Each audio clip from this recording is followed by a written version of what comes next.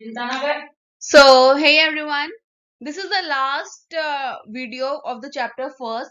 ठीक है, इसमें हम करेंगे दो topic, fertilisation and post fertilisation events. ठीक है, सो फर्टिलाइजेशन हमने देखा था कि फर्टिलाइजेशन होता क्या है, right? Fertilisation is the fusion of two gametes, जो आपके मेल और फीमेल गैमेट्स होते हैं सेक्सुअल रिप्रोडक्शन में, उनका जो फ्यूजन होता है उसे हम कहते हैं fertilisation. The most vital event of the sexual reproduction is perhaps the fusion of gametes. जो sexual reproduction होता है उसमें जो सबसे important event जो होता है वो होता है fusion of gametes. This process is called syngamy that results in the formation of a diploid zygote, right? जो ये process है इसे हम syngamy कहते हैं और इसी process की वजह से जो दो हैप्लॉइड गैमेट्स होते हैं वो फ्यूज कर कर एक डिप्लॉइड जाइगोट बनाते हैं. ठीक है, अब यहाँ पे डिप्लॉइड का क्या मतलब है? डिप्लॉइड का मतलब है कि गैमेट्स के अंदर टू सेट ऑफ क्रोमोसोम होते हैं, right? The term fertilisation is often used for this process. जो सिंगैमी है उसी प्रोसेस के लिए वर्ड फर्टिलाइजेशन भी यूज होता है. The term syngamy and fertilization are frequently though interchangeably. ठीक है, ये दोनों वर्ड्स फर्टिलाइजेशन और सिंगैमी हम इसे इंटरचेंजेबली यूज कर सकते हैं. What would happen if syngamy does not occur? अगर सिंगैमी नहीं होती है तो हम क्या करेंगे, तो क्या होता है, right?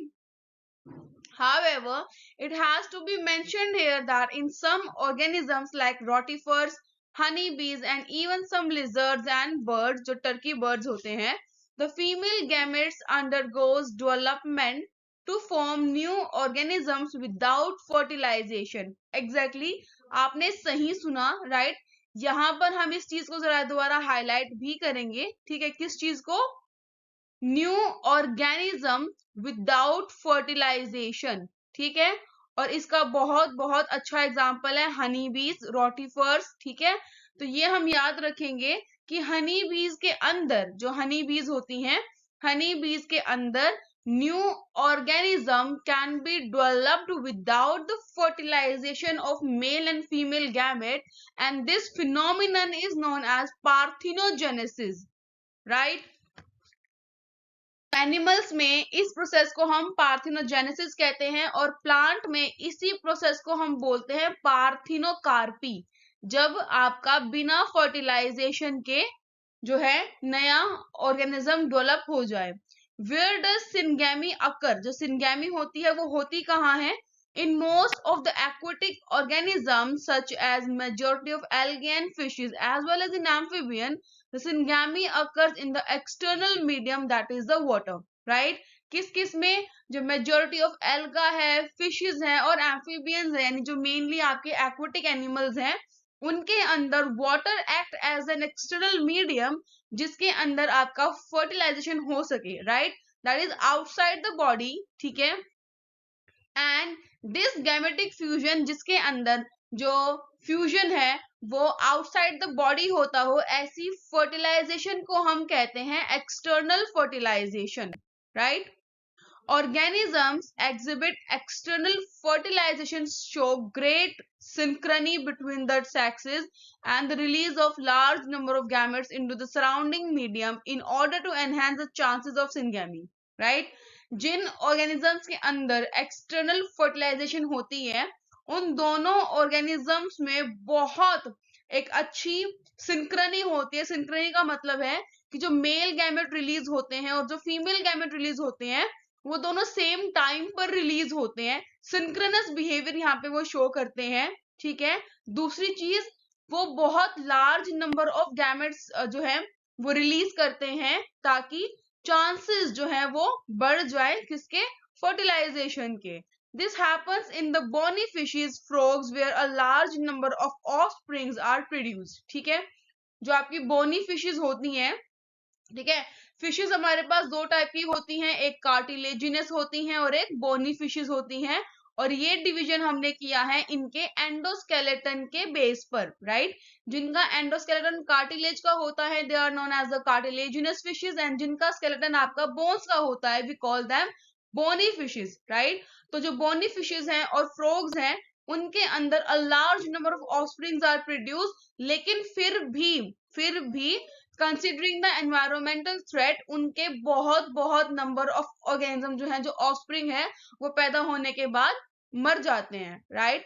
A major disadvantage is that the offsprings are extremely vulnerable to the predators, threatening their survival up to the adulthood. Exactly, जो मैंने आपको अभी अभी बताया कि जो फ्रॉग्स होते हैं वो बहुत बहुत सारे फ्रॉग्स जो हैं, ऑफस्प्रिंग जो है, वो large number of offspring produce होते हैं, लेकिन इस चीज का जो एक्सटर्नल फर्टिलाइजेशन है, उसका मेन डिसएडवांटेज क्या है?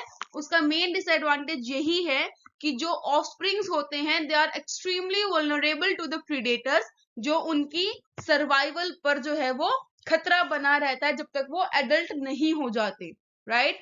आई होप ये पैराग्राफ आप सभी को क्लियर हो, ठीक है। And in many terrestrial organism, जो टेरेस्ट्रियल ऑर्गेनिज्म होते हैं, टेरेस्ट्रियल ऑर्गेनिज्म कौन से होते हैं? जो आपके लैंड पर रहते हैं, ठीक है। They belonging to the fungus, higher animals such as reptiles, birds, mammals, and in majority of plants, जैसे ब्रायोफाइट्स हैं, टेरिडोफाइट्स हैं, जिम्नोस्पर्म्स हैं, एंजियोस्पर्म्स हैं। सिंगेमी अकर्स इनसाइड, यानी जो फर्टिलाइजेशन है वो इंटरनल होती है इन ऑर्गेनिजम्स के अंदर, ठीक है। In all these organisms, egg is formed inside the female body where they fuse with the male gamete. जो egg है वो फीमेल बॉडी के इनसाइड ही प्रोड्यूस होता है और फीमेल बॉडी के अंदर ही मेल गैमेट आता है और अंदर ही फ्यूजन होती है, ठीक है। In organisms exhibit internal fertilisation, the male gamete is motile and has to reach the egg in order to fuse with it. जिनके अंदर इंटरनल फर्टिलाइजेशन होती है, उनके अंदर जो मेल गैमेट है वो मोटाइल होता है और उसी को मूव कर कर एग के पास पहुंचना होता है टू फ्यूज विद इट, अगर उसको फ्यूज करना है तो। In these, even though the number of sperms produce is very large, there is a significant reduction in the number of eggs produce, ठीक है। इन ऑर्गेनिजम्स के अंदर बेशक जो स्पर्म्स होते हैं वो बहुत सारे बनते हैं, लेकिन जो एग होती हैं वो बहुत बहुत कम होते हैं। In seed plants, however, the non motile male gametes are carried to female gametes by the pollen tubes. जो मेल गैमेट्स होते हैं, ठीक है, वो नॉन मोटाइल होते हैं। अगर आप ध्यान दोगे तो प्लांट्स के अंदर जो है वो मेल गैमेट्स मोटाइल नहीं होते, वो पोलन ग्रेन्स जो है वो मोटाइल होते हैं। पोलन ग्रेन जाते हैं, ठीक है, आपके प्लांट के फीमेल बॉडी के स्ट्रक्चर पे, स्टिग्मा पर जो है, स्टिग्मा पर आपके पोलन ग्रेन्स आते हैं, फिर पोलन ट्यूब बनती है। वो पोलन ट्यूब पोलन ग्रेन्स को, यानी आपके गैमेट्स को प्लांट की बॉडी के अंदर जो है वो ओवरी तक लेकर जाते हैं, ठीक है। यहां तक आई होप सभी को क्लियर हो गया है, ठीक है। नेक्स्ट है यहाँ पे पोस्ट फर्टिलाइजेशन इवेंट। तो यहाँ पर हमारा फर्टिलाइजेशन का टॉपिक पूरा हो गया है। अब हम देखेंगे पोस्ट फर्टिलाइजेशन इवेंट कि फर्टिलाइजेशन होने के बाद क्या क्या होता है, right. So events in the sexual reproduction after the formation of zygote, एक जाइगोट के बनने के बाद जो भी इवेंट्स होते हैं हम उन्हें कहते हैं पोस्ट फर्टिलाइजेशन इवेंट्स, ठीक है। तो पहला पॉइंट है आपका जाइगोट। जाइगोट क्या होता है? Formation of the diploid zygote is universal in all the sexually reproducing organism. जितने भी सेक्सुअली रिप्रोड्यूसिंग ऑर्गेनिज्म है उनके अंदर डिप्लॉयड जाइगोट बनता है, ठीक है। डिप्लॉयड जाइगोट का क्या मतलब है? ये आपका हैप्लॉयड मेल गैमेट, ये हैप्लॉयड फीमेल गैमेट, जब ये दोनों फ्यूज करते हैं तो ये जाइगोट बनाते हैं जो कि आपका डिप्लॉयड होता है। In organisms with external fertilisation, उन ऑर्गेनिजम्स के अंदर जिनके अंदर एक्सटर्नल फर्टिलाइजेशन होती है, the zygote is formed in the external medium, usually water. जो जाइगोट है वो भी एक्सटर्नल मीडियम में ही बनता है। Where in those exhibiting the internal fertilisation, zygote is formed inside the body of the organism. तो जिसकी बॉडी में जैसा फर्टिलाइजेशन होता है उनका जाइगोट वैसे ही बनता है। further development of the zygote depends upon the type of the life cycle of the organism and the environment it is expected to, it is expected to release in, and the environment it is exposed to, right जो development होती है zygote की, वो इस चीज पर depend करती है कि ऑर्गेनिज्म की लाइफ साइकिल कैसी है, ठीक है, और कैसे एनवायरनमेंट में जो है वो जायगोट जो है वो डेवलप हो रहा है। In organisms belonging to the fungus and the algae, वो ऑर्गेनिज्म जो फंगस और एल्गा मेंबर के हैं, जो एल्गा मेंबर्स हैं, the zygote develops a thick wall that is resistant to the desiccation and damage. जो जायगोट है वो एक बहुत थिक वॉल डेवलप कर लेता है अपने अराउंड, जो कि डेसिकेशन और डैमेज से रेजिस्टेंट होती है। डेसिकेशन का मतलब है सूख जाना, सूखा पड़ जाना, ठीक है। It undergoes a period of rest before the germination, जो जायगोट है वो जर्मिनेट होने से पहले पीरियड ऑफ रेस्ट में होता है, ठीक है। In the organisms with haplontic life cycle, आपने पढ़ा है ना 11th क्लास में, जिनकी हैप्लॉन्टिक लाइफ साइकिल होती है, zygote divides by meiosis to form haploid spores, ठीक है। जो जायगोट है वो मियोसिस प्रोसेस के थ्रू जो है वो डिवाइड करता है एंड देन स्पोर्स बनाता है, जो कि आगे चल के हैप्लॉइड इंडिविजुअल बनाते हैं, ठीक है। ये क्लास 11th की बुक में जरा एक बार चेक करना आप, ठीक है। ये जो ऑर्गेनिजम्स होते हैं जिनकी हैप्लॉन्टिक लाइफ साइकिल होती है, जिनकी डिप्लॉन्टिक होती है और जिनकी हैप्लोडिप्लॉन्टिक होती है, तो ये आप जो है आराम से चेक कर सकते हैं।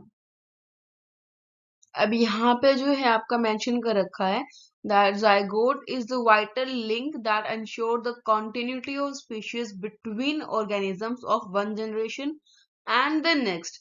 जो जाइगोट है वो बहुत एक वाइटल लिंक होता है, बहुत इंपॉर्टेंट लिंक होता है, जो कॉन्टिन्यूटी ऑफ स्पीशीज को जो है वो इंश्योर करता है कि जो स्पीशीज है वो कॉन्टिन्यूसली आगे बढ़ती रहे, ठीक है।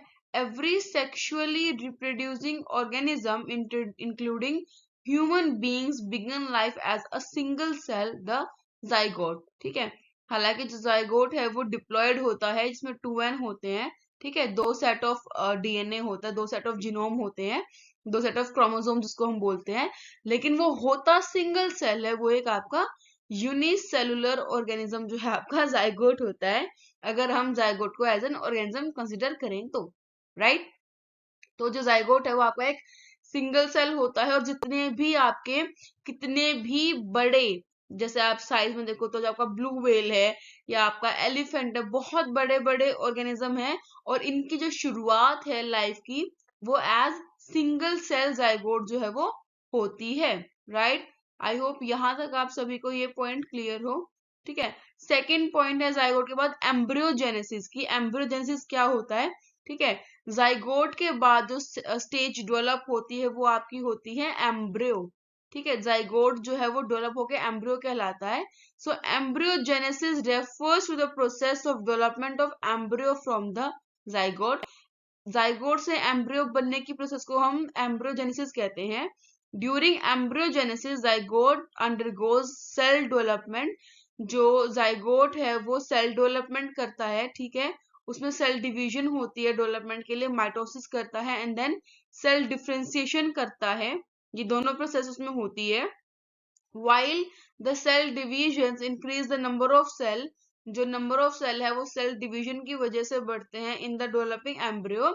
The cell differentiation helps group of cells to undergo certain modifications to form specialized tissues and organ to form an organism।